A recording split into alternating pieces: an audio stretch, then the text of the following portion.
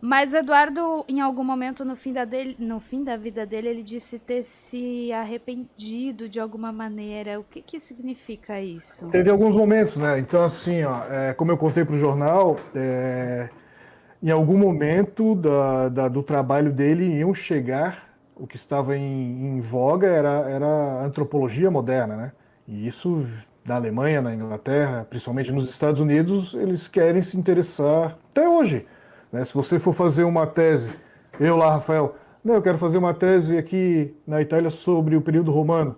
Os caras vão falar, tá, tu sabe falar latim ou grego, tal? Não, não. Tá, então por que que tu não fala sobre os indígenas que nos interessa muito mais? É isso que acontece. Então, 1932 chega ao posto indígena, eu tenho a carta, né, do próprio governo brasileiro avisando Eduardo que ia chegar esse doutorando. Julius Henry foi doutorando do famoso Franz Boas, tinha contato com Margaret Mead, né, com outros antropólogos e antropólogas ali e tal, então era um cara com um respaldo grande na Universidade de Nova York. E ele ficou com o Eduardo de 32 até 34. Ele aprendeu o idioma indígena em 2 meses. Julius Henry. E ele sentiu bastante o baque, né? Porque ele chegou em 32 e eles já estavam contatados desde 1914. Então ele viu assim, ó, cara, o que eu estou colhendo aqui já está em plena modificação cultural. Ele tinha mais interesse naqueles que viviam nas condições tradicionais que já não existiam mais. Então o Eduardo começa a perceber, putz, estranho. Pois é, por que que eu fiz isso, né? Começa a mudar o discurso dele nas cartas. O Eduardo escrevia muito, muito, muito, né? E ele escrevia para os órgãos, para os superiores dele de uma maneira, né? Com aquela formalidade, mas ele discutia com cientistas como Julius Henry, né? Ele discutia assim, tá, eu fiz isso, fiz aquilo, tal, como é que seria melhor? Porque Eduardo não, ele tinha uma formação intelectual muito boa, mas não tinha uma formação acadêmica, né? Então ele teve contato que para mim foi mais importante com Kurt Niemoendaju. Niemoendaju é batizado, é um etnólogo alemão que é Kurt Onkel, né, que ficava mais no norte do país, um cara que talvez foi o maior etnólogo que a gente já teve, só que com pouco reconhecimento. Né, assim, ele é pouco visto porque ele era um cara mais de mato mesmo, não de escritório.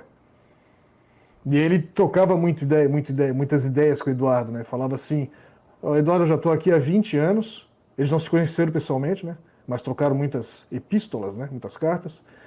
E ele falou, eu nunca tentei civilizar um índio, porque o índio é uma sociedade equilibrada, o indígena, né? Que não precisa de decreto como a gente precisa. Então isso, de fato, deve ter dado aquela balançada, né?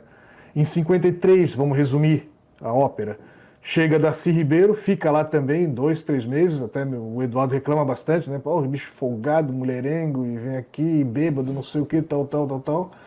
Mas ele pega e confessa, assim, digamos, que ele se arrependia muito de ter feito isso, em 53. Porque assim, ó, a gente tira ele do mato, o Estado promete um monte de coisa, porque querendo ou não, eu, Eduardo, não vou conseguir fazer tudo sozinho.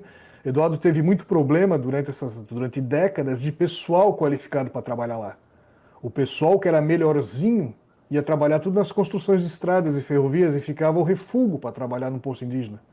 Então ele assim, ó, eu quero dar exemplo bom para os indígenas, mas aí vem o cidadão lá e fica dormindo na hora de trabalhar, e fica me desafiando. Aí eu quero. Como é que eu vou dizer assim? Eu quero incorporar na alimentação dele soja, que era uma proteína tal. Lá o trabalhador botava na boca e cuspia, daí os índios estavam fazendo tudo igual. Então, assim, o Estado promete as coisas, não faz, é uma correria, e aí tu tira os caras do mato para depois vê-los morrer, né? Um semblante ruim, e ver assim, ó, o que que eu fiz, né? Então, assim, tipo.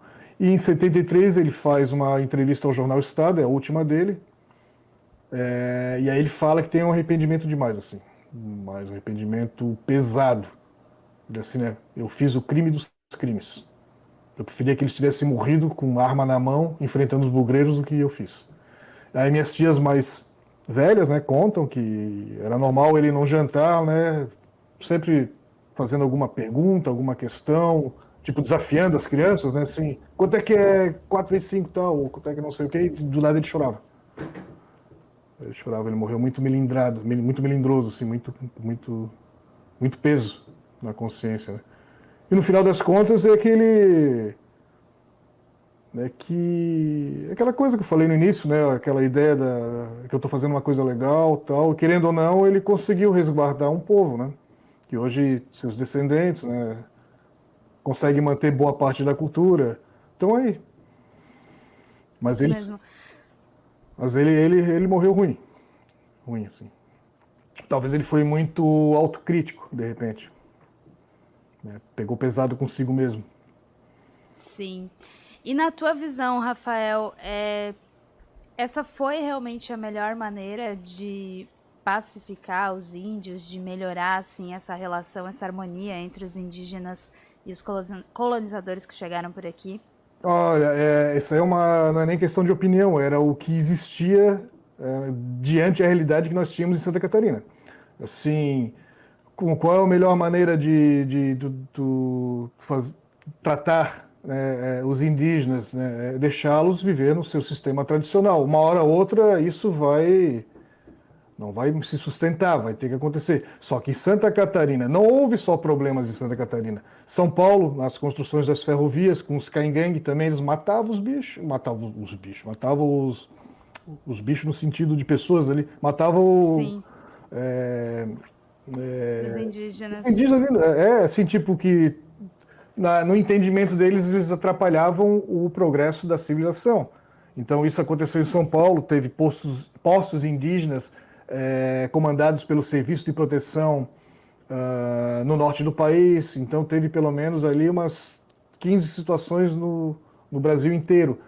O problema maior foi o de Santa Catarina, que foi graças ao problema de Santa Catarina que o SPI foi criado, pela denúncia internacional lá que ocorreu em 1908, né, no Congresso de Americanistas. Então, isso houve uma agitação na comunidade científica e depois na comunidade política, né, para mudar isso. Então, assim, ó, bom com o SPI, mas não, digamos que foi ruim com o SPI, deixou muito a desejar. Eles não tinham nenhum modelo a seguir, foi uma situação completamente inédita, né? Mas teria sido muito pior sem ele. Não teria. O SPI hoje representaria a FUNAI, algo nesse sentido? Só que o SPI tinha a ideia de integração do indígena. Quando a FUNAI apareceu, graças, digamos, em virtude a novos estudos, tal, foi percebido que deveria manter o indígena na sua situação tradicional. Só que o problema que a FUNAI teve em 1964, desculpa, 1967, que a FUNAI foi criada, o SPI extinto, mas ela teve essa ideia e essa postura com todos os povos, contatados ou não.